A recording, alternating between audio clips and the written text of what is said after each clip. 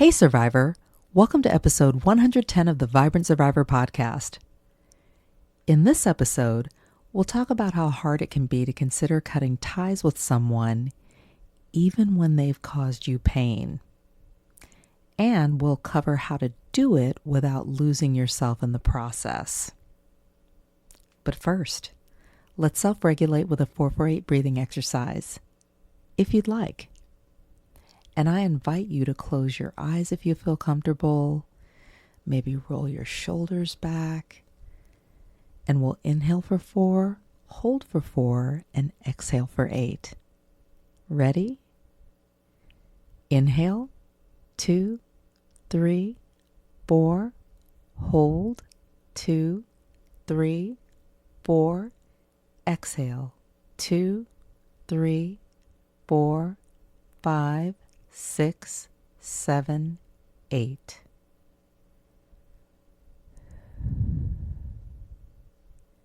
What do you notice in your body? Grab your notebook and pen, and let's dig in. Hey Survivor, welcome to the Vibrant Survivor podcast. Do you want to disconnect from a narcissistic or toxic situation and heal? Are you Googling how to identify a narcissist, narcissistic abuse, and boundaries?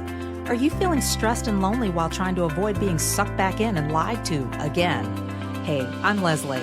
As a busy wife and mom, I fell for the lies and manipulations of narcissists. I wasted my time, talents, and money on users who kept moving the goalposts. I wanted real relationships and business opportunities and to enjoy life with my family. Instead, I struggled with anxiety, panic attacks, and insomnia, and I couldn't trust my body or anybody until I took a holistic approach to healing. In this podcast, you'll find tips for healthy living, trauma healing, and boundaries so that you'll have the freedom, confidence, and inner peace to respond, not react, after narcissistic abuse. Take a deep breath in, let it out slowly, and just relax. This time's for you. The fear is real when it comes to processing your experience. I know you feel stressed and exhausted with a pit in your stomach at the thought of being sucked back in and lied to again. You feel like a horrible person for going no or low contact, like maybe I'm the narcissist. The fear, self-blaming, and shaming is something we all go through as survivors. I want you to understand that you're not alone and you're not crazy. Every person who's ever been in a narcissistic relationship has felt what you're feeling right now. If this resonates with you and you're like, I'm done with fear, I'm done playing small, I know who I am, and I am not the narcissist, I want you to say yes. Today's the day. I want you to go right now to closeyourcoachingsession.com and I want you to book your call because we're going to do this together. I'm going to hold your hand and we're going to overcome this fear so that you can begin a long-lasting journey of healing. Let's do this. Have you ever held on to a narcissistic or toxic relationship, hoping things will change, but secretly you know it's time to let go? I have. Yep. So why is it so hard to cut off a narcissist or a toxic individual? If you know, you know. It's complicated, especially when it comes to your emotions. There's this push-pull dynamic of dealing with narcissistic and toxic individuals where one minute they may give you these moments of positive reinforcement, whether it's love, validation, patronizing, friendliness, inclusion, or just future faking and FOMO. And it can be enough to make you second guess the decision to walk away, even if your gut is telling you to run. These, Survivor, are the things that trauma bonds are made of. I experienced this with the alleged murderer, lots of future faking there. Also just fake friends, where on the surface, it seemed like everybody's friends and getting along, but there are these undercurrents of jealousy and backbiting and cattiness, and it's hard and it stinks, especially when the relationship fills a need for you. Say, for example, in a friend group where you maybe just move somewhere and you are looking for relationships and trying to get established and get your footing, and you think, oh, great, I found a tribe or I found a group that I can do stuff with, hang out with. This is awesome, until it's not. We've all been there. It can really make it hard when your emotions are involved. You're not alone. Also, there's a loss involved in cutting off narcissistic or toxic individuals, and you have to grieve, have a little funeral. And not only that, but it can be a compounded loss a lot of times, because it's not just about losing the narcissist. It's about whatever hopes you had for the relationship, dreams, identity tied in there. Also, there may even be another relationship that you have in common with the narcissistic or toxic individual where they've kind of driven a wedge between you and the other relationship, to where you almost have to sacrifice the other relationship just to remove yourself from toxicity. And you may not even have a problem with the other person, but because the narcissist is maybe leveraging, they don't really play fair, but they're leveraging the relationship or trying to in some way use the relationship to manipulate you, you may have to just take a step back and let go. That can be really hard, and it can be extremely hurtful.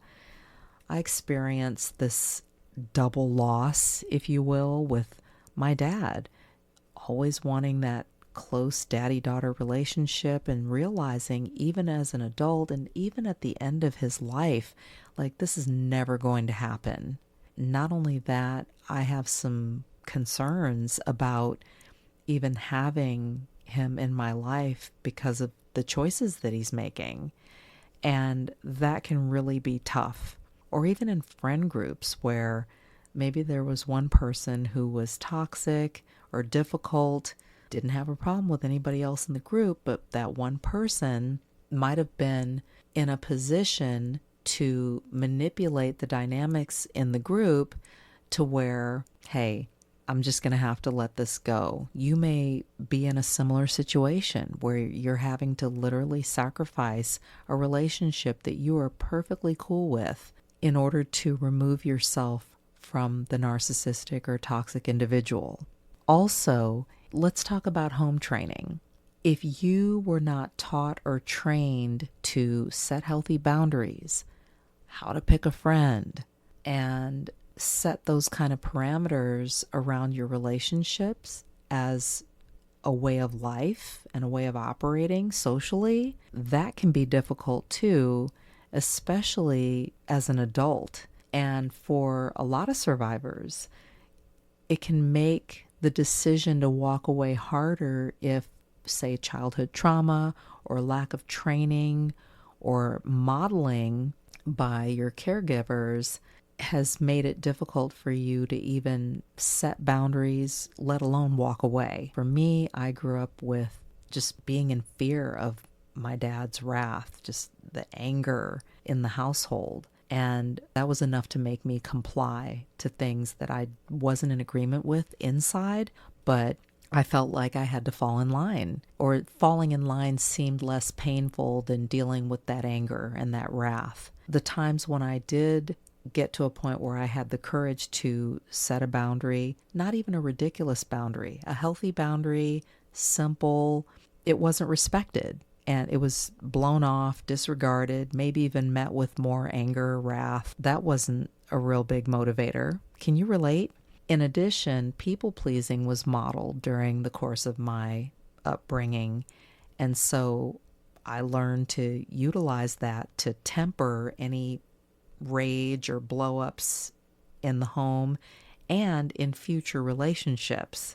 So the other thing that can happen is when toxic people and relationships, whether, especially in family dynamics, because it starts at home, toxic people and relationships being rationalized. You're not feeling great about it. Your gut's telling you something's off. You're feeling uncomfortable. Oh, go give so-and-so a hug. Oh, go talk to so-and-so. Oh, go sit next to... I don't feel comfortable. You're not agreeing inside. The alarms are going off. You're just not feeling it. But, oh, well, that's your fill in the blank with a relative, uncle, cousin, whoever. You just learn to not trust your gut. that it's not okay to have a boundary and that you have to tolerate things that don't sit well with you. You carry that into adulthood, and it's a recipe for more narcissistic and toxic relationships. That being said, here are 5 steps to cutting off the narcissist without losing yourself. Number 1, recognize the behavior. Patterns matter when dealing with narcissistic and toxic individuals. This could include the timing, circumstances, and even the application of manipulation tactics, gaslighting, exploiting your emotions. For example, if you're dealing with a custody battle, having a toxic ex who withholds the kids or, overextends the child's stay with them, knowing that you have plans or that you are going to be upset about it to get a rise out of you. And I'm so sorry if that's your situation. And this is all on top of the cycle of narcissistic abuse where you experience love bombing, the devaluation, and the discarding, and then hoovering. When you can recognize who and what you're dealing with, that can set you on a path to distancing yourself from dysfunction so that you can protect your health and well-being. Number 2, create space. You can start small and distance yourself from dysfunction with boundaries. This could include limiting contact, whether it's the frequency, whether it's the nature of contact, the method of contact, saying no to the narcissistic or toxic individual's demands. It's not about coming in hot and heavy and hard or aggressive or hostile, but practicing saying no, and maybe to something small or something simple, and then gradually expanding your boundaries as you build that muscle. And that might be something too, to visualize it as building muscle. Try it if you'd like. Number 3, plan your exit. Cutting ties with a narcissistic or toxic individual doesn't always happen instantaneously. It also doesn't have to be this elaborate or dramatic or drawn out process either. You can create a simple plan that prioritizes your safety and your health. You may not be able to easily escape the relationship, say in the instance of a family member or even a coworker, but your plan could include something as simple as, when this is said or done to or around me, I'm going to do this. And it could be changing the subject. You could excuse yourself, take a 15-minute break where you take a walk or go to the restroom. You could even take a phone call or go call someone who has your back and who can talk you through those difficult moments. Or it could be, if you've been enduring heaps of abuse from a narcissistic or toxic individual, you may need to stop responding to messages, block them, change your number, go on in peace, and leave that relationship behind. And you may not be able to say all the things that need to be said. As I mentioned before, you may have to sacrifice a relationship in common in the process. So it may be a little bit more involved. But regardless, plan your exit. And I can help you brainstorm if you'd like. Number 4, find your tribe. You can lean on trusted friends or a therapist if you're in therapy, even support groups.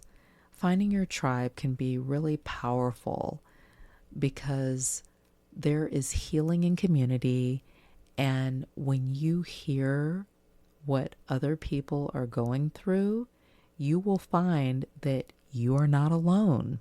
And as I always say, you're not crazy. I was in a Celebrate Recovery group the other night, and as we were sharing around the small group circle, one by one, it became apparent that everyone in the circle was going through something, and there were some very intense situations. However, even in the midst of the hard things that were being shared, a couple of people said, hey, I'm so glad that I came, and I'm so grateful for all of you sharing because I feel less alone.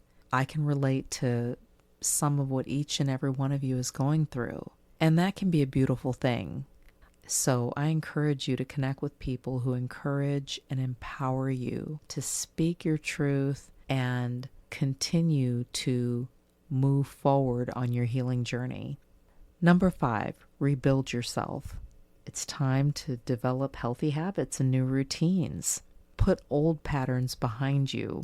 And in narcissistic and toxic relationships, this can include things like harassing phone calls and emails, other manipulative tactics, digs on your character or on your appearance, smear campaigns that have been launched against you, withholding. It could be withholding love, or if you're in a nasty custody battle, it can include withholding a child, power trips, and other toxic plays. You can tap into who you are outside of the relationship and reclaim your identity, what your values are, and find your joy. Let's recap 5 steps to cutting off the narcissist. And I'll be honest, it can be awkward at first when you're just coming out of a narcissistic or toxic relationship. Your head is spinning. You don't know which way is up, who to trust. Your body might be reacting still to all the abuse that you've endured, especially if you were enduring the abuse over a long period of time. That can be really difficult, and it can feel awkward, kind of like learning to walk again in terms of figuring out, okay, who am I? And what's my next best step? And how do I take care of myself? And how do I forgive myself for allowing these individuals in my life unchecked? Been there, but you can do it, survivor. You've got this, and I've got you. Let's recap 5 steps to cutting off the narcissist without losing yourself. Number 1, recognize the behavior. Number 2, create space. Number 3, plan your exit. Number 4, find your tribe. And number 5, rebuild yourself. Remember, cutting off a narcissist is about choosing yourself and not losing yourself. Thanks for tuning in. You are worthy of healthy relationships and healing. And I hope this encourages you to take one step forward today. Take care, and I'll talk to you soon. If this podcast has helped you understand who and what you're dealing with, sharpen your discernment, and move forward on your healing journey, share it with another survivor. Help me help others by leaving a review for the show. And let's connect on social. Take a screenshot, share it in your IG stories, find and tag me at The Vibrant Survivor, and I'll share your post too. I look forward to connecting with you on IG and seeing you back here. You're not alone, and you're not crazy. Know who you're dealing with, know who you are. Take care, and I'll meet you back here next week. Bye-bye.